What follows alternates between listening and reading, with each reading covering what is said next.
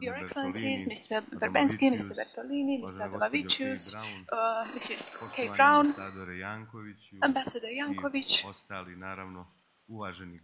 dear guests, and dear representatives of the Montenegrin government, of the Parliamentary Committee on Gender Equality, dear members of Parliament, representatives of NGOs, and representatives of the media, dear guests.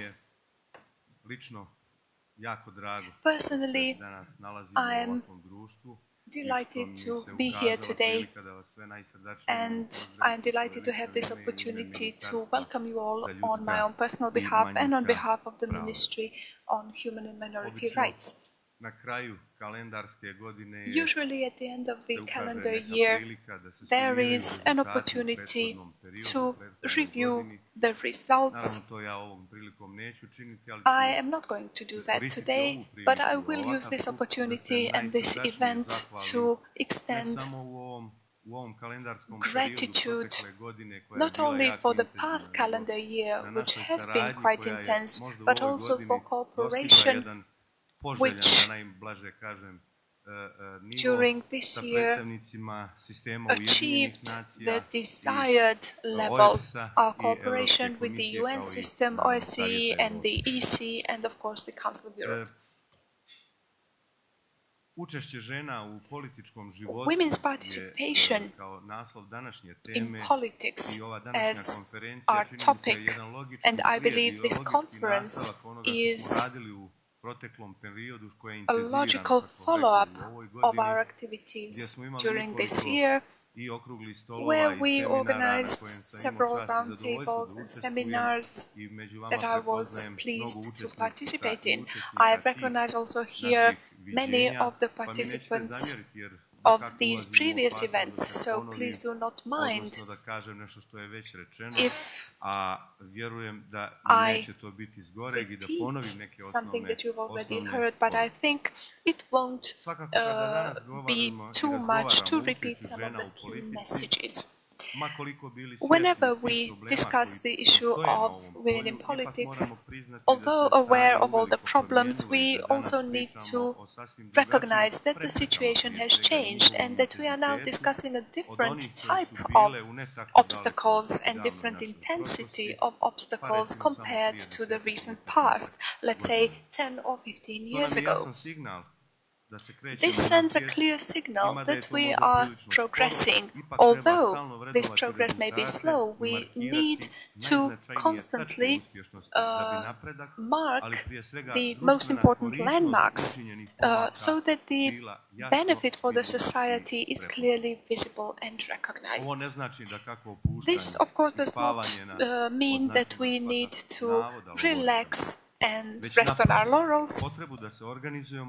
To the contrary, this means that we need to organize as best we can in the forthcoming steps, for which we need a clear plan, including responsibilities and steps.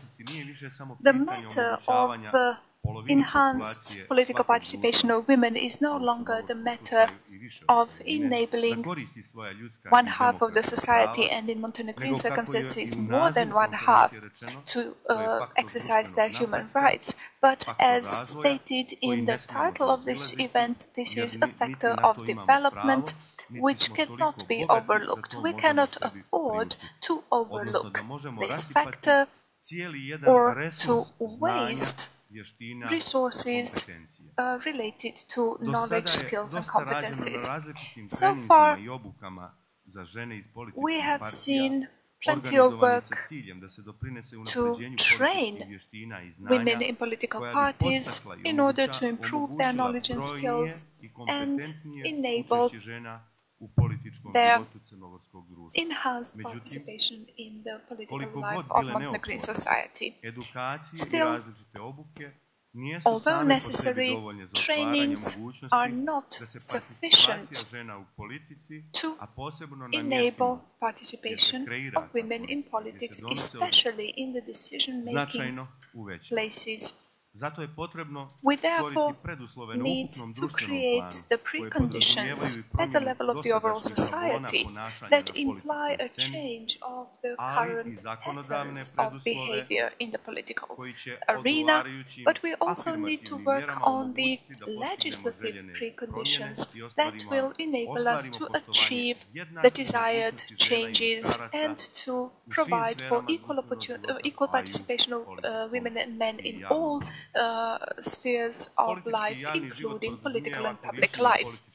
Political and public life means exercise of power, legislative, executive, judicial, administrative. This refers to all aspects of public administration and to implementation of policies at the international, national, regional and local levels.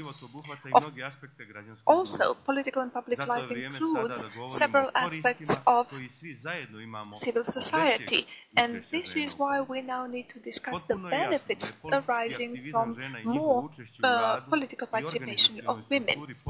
It is clear that women's participation and involvement in the organizational structures of political parties will provide good grounds for the creation of modern political parties that will manage to gather a large following and that will also enable, even in the Montenegrine society, new opportunities, new approaches, new day-to-day needs and issues, and bringing politics closer to everyday life.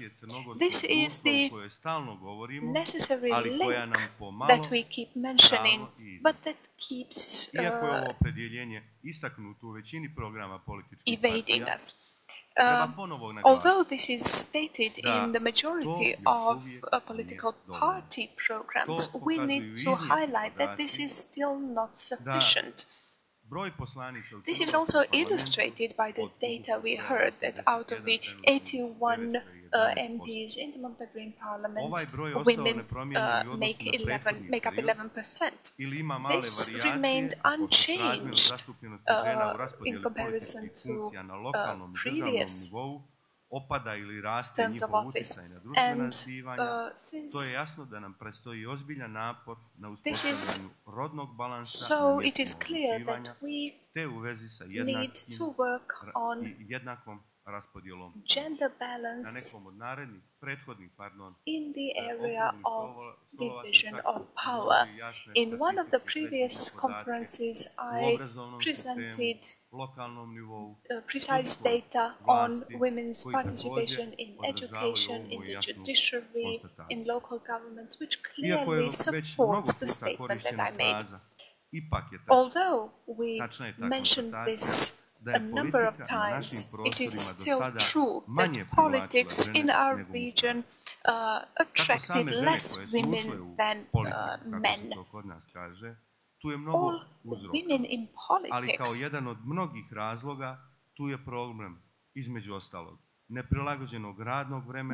women in politics do not assume a bigger role also because of the lack of mechanisms that would enable them to reconcile their private and professional life. We also need to tackle the issue of women in peace and security missions, in diplomacy, in management boards, etc.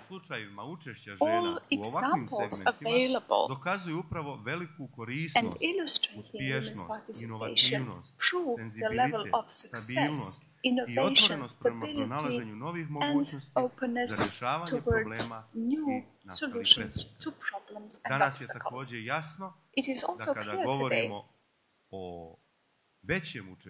that in the context of enhanced participation of women and their rights to equality and non-discrimination, we do not mention that equality means actual equality. The diversity principle needs to ensure that each individual truly enjoys equal treatment. But as stated also in the EU communication on celebrating 2007 as the Year of Equal Opportunities. Women make up the minority in our parliament, and members of parliament coming from minority groups are a rarity. The disabled are pushed aside.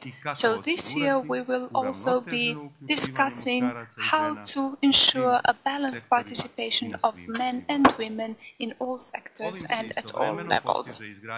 At the same time, this contributes to the system that respects diversity as a particular resource and treasury of new approaches and new horizons, but also illustrates the promotion of development of democracy and a fight against discrimination. Therefore, establishment of adequate gender-sensitive policies based on equal division of responsibilities, powers and obligations between genders is of particular importance, not just for the individuals, but also for further harmonious development of the Montenegrin society. Thank you.